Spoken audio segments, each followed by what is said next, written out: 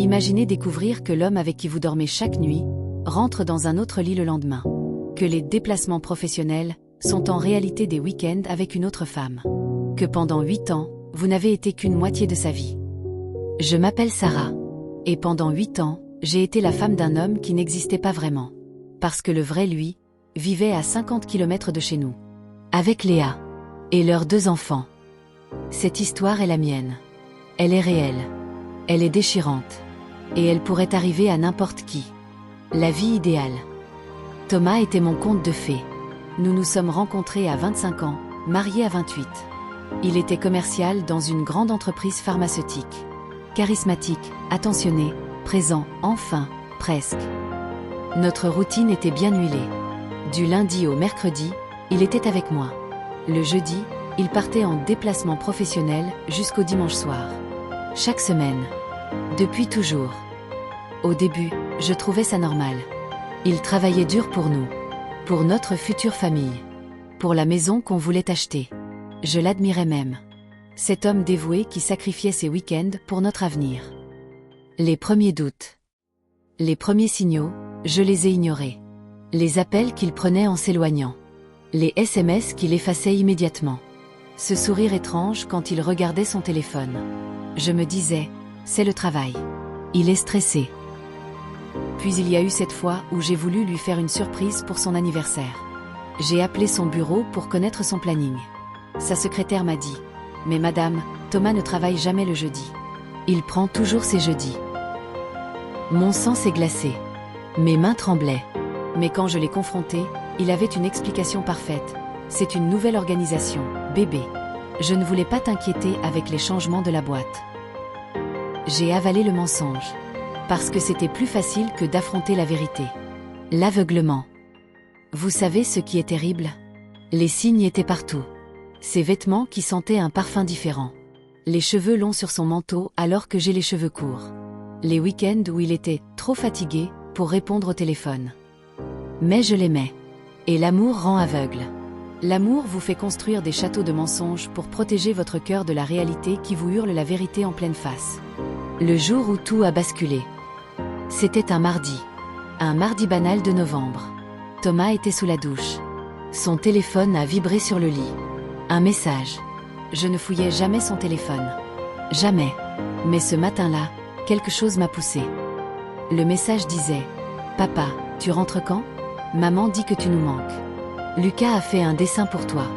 Je t'aime fort. » Le monde s'est arrêté. Papa. Maman. Lucas. Ces mots dansaient devant mes yeux. Ça ne pouvait pas être. Non. C'était impossible. La chute libre. J'ai ouvert les messages. Et mon cœur s'est littéralement déchiré en 2. Des centaines de messages. Je t'aime mon amour. Les enfants ont hâte de te voir. Notre petite Emma a dit son premier mot aujourd'hui. Des photos. Leurs photos. Lui avec une femme magnifique, brune, souriante. 2 enfants. Un garçon de 7 ans. Une petite fille de 3 ans. Dans ses bras. Ils avaient ses yeux. Son sourire. C'était vide. J'ai vomi. Là, sur le sol de notre chambre. Notre chambre. Celle où il me faisait l'amour en murmurant qu'il m'aimait. Celle où nous avions parlé de faire un bébé. Notre bébé. Celui qui n'était jamais venu. La confrontation. Il est sorti de la douche.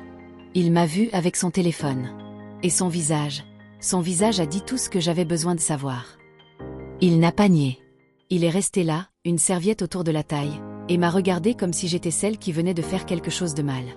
Comme si j'avais violé sa vie privée. Sarah, je peux t'expliquer. Ces mots pathétiques. Ces mots que disent tous les menteurs pris en flagrant délit. Narratrice, j'ai hurlé. J'ai hurlé jusqu'à ce que ma gorge brûle. Depuis quand? Depuis combien de temps tu me mens? 8 ans, a-t-il murmuré. 8 ans, Sarah. Il s'est assis sur notre lit. Notre lit. Et il m'a tout raconté. Léa était son amour de jeunesse. Ils avaient rompu avant qu'il ne me rencontre. Mais elle était tombée enceinte. De lui. Quand il l'a appris, nous étions déjà ensemble depuis 6 mois. Il m'aimait, disait-il. Mais il ne pouvait pas abandonner son enfant. Alors il a choisi les 2. Léa savait. Elle a toujours su. Pour moi. Pour notre mariage. Elle avait accepté cette situation. Parce qu'avoir une moitié de lui valait mieux que rien. Parce qu'elle avait ses enfants. Sa famille du week-end. Et moi, j'étais la femme en semaine. Celle du quotidien. Celle qui faisait sa lessive, préparait ses repas, réchauffait son lit. La dupe. Les mensonges en cascade. Les déplacements professionnels. Sa vie. Sa vraie vie. Avec sa vraie famille. Les anniversaires qu'il manquait, il les célébrait avec EUX. Les Noëls où il partait voir ses parents, il déballait des cadeaux avec ses enfants. Vous vous souvenez que j'ai dit que nous n'avions jamais eu d'enfants? C'était voulu. De sa part. Il prenait secrètement des précautions.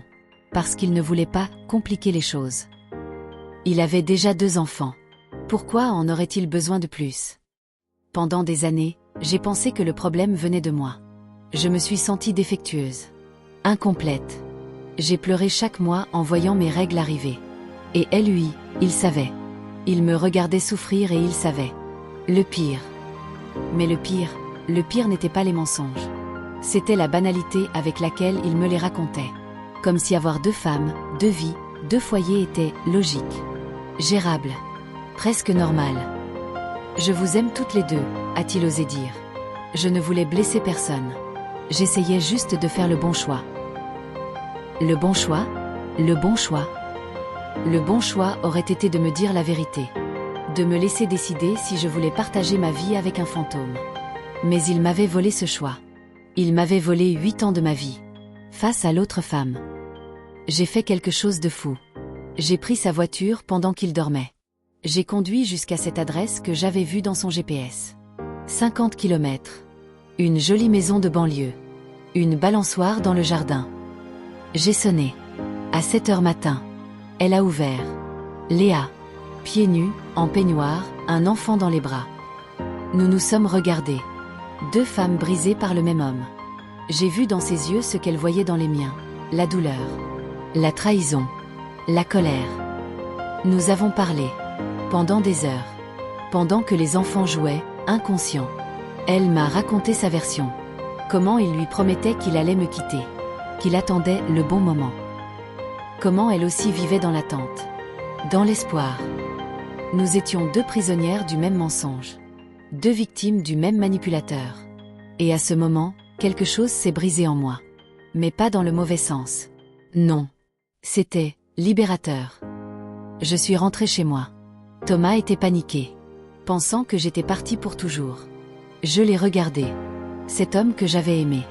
Cet étranger qui portait son visage. Je veux le divorce. Tu as 1 mois pour quitter cette maison. Je garde tout. La maison, les économies, ma dignité. Et tu vas signer sans rien dire. Parce que si tu refuses, je m'assure que ton employeur, ta famille, et tout ton entourage savent exactement qui tu es. Il a voulu négocier. Plaider. Sarah, on peut arranger ça. Je choisis toi. Je vais rompre avec Léa. Narratrice, j'ai ri. Un rire amer. Froid. Tu crois vraiment que je veux être ton choix par défaut? Après 8 ans de mensonges? Non, Thomas. Tu ne me mérites pas. Tu ne mérites personne. Le divorce a pris 6 mois. Les 6 mois les plus difficiles de ma vie. La thérapie m'a sauvée. Parler. Pleurer. Crier. Accepter que ce qui m'était arrivé n'était pas ma faute. Léa et moi, nous sommes restés en contact. Étrange, n'est-ce pas? Mais elle m'a comprise d'une façon que personne d'autre ne pouvait. Elle aussi a fini par le quitter. Ses enfants méritaient mieux qu'un père à mi-temps. Aujourd'hui, 2 ans plus tard, je respire. Je ris à nouveau. Je fais confiance, prudemment. Mais je fais confiance. J'ai reconstruit ma vie. Pierre par pierre.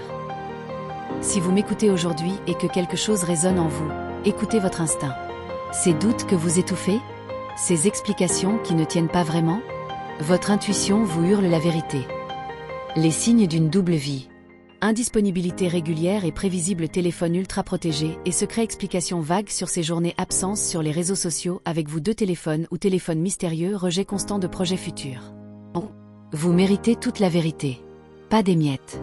Pas une moitié de vie. Toute la vérité. Et si elle fait mal, rappelez-vous, la douleur de la vérité guérit. Le confort du mensonge vous détruit à petit feu. Je ne suis plus la femme naïve qui croyait aux contes de fées. Je suis une survivante. Une guerrière.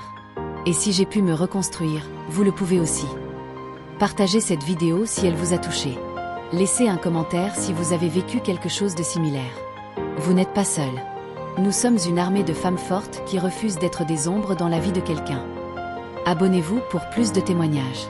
Et souvenez-vous, votre histoire n'est pas finie. C'est juste un chapitre douloureux. Le meilleur reste à écrire.